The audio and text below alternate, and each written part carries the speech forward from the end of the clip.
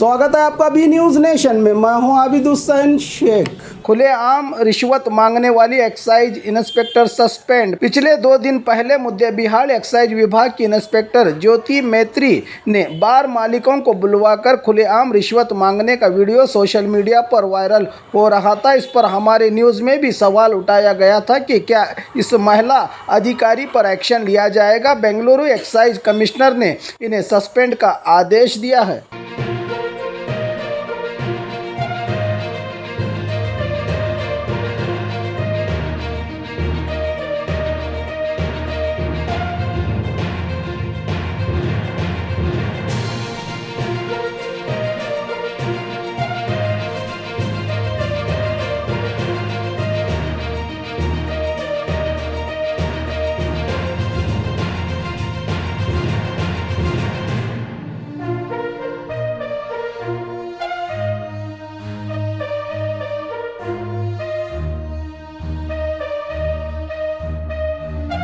और खबरों के लिए देखते रहिए B news nation. Blue ruby specialist in 1 and 2 gram gold plated jewellery, American diamond, antique art jewellery अब आपके शहर में, राम मंदिर रोड, बीजापुर।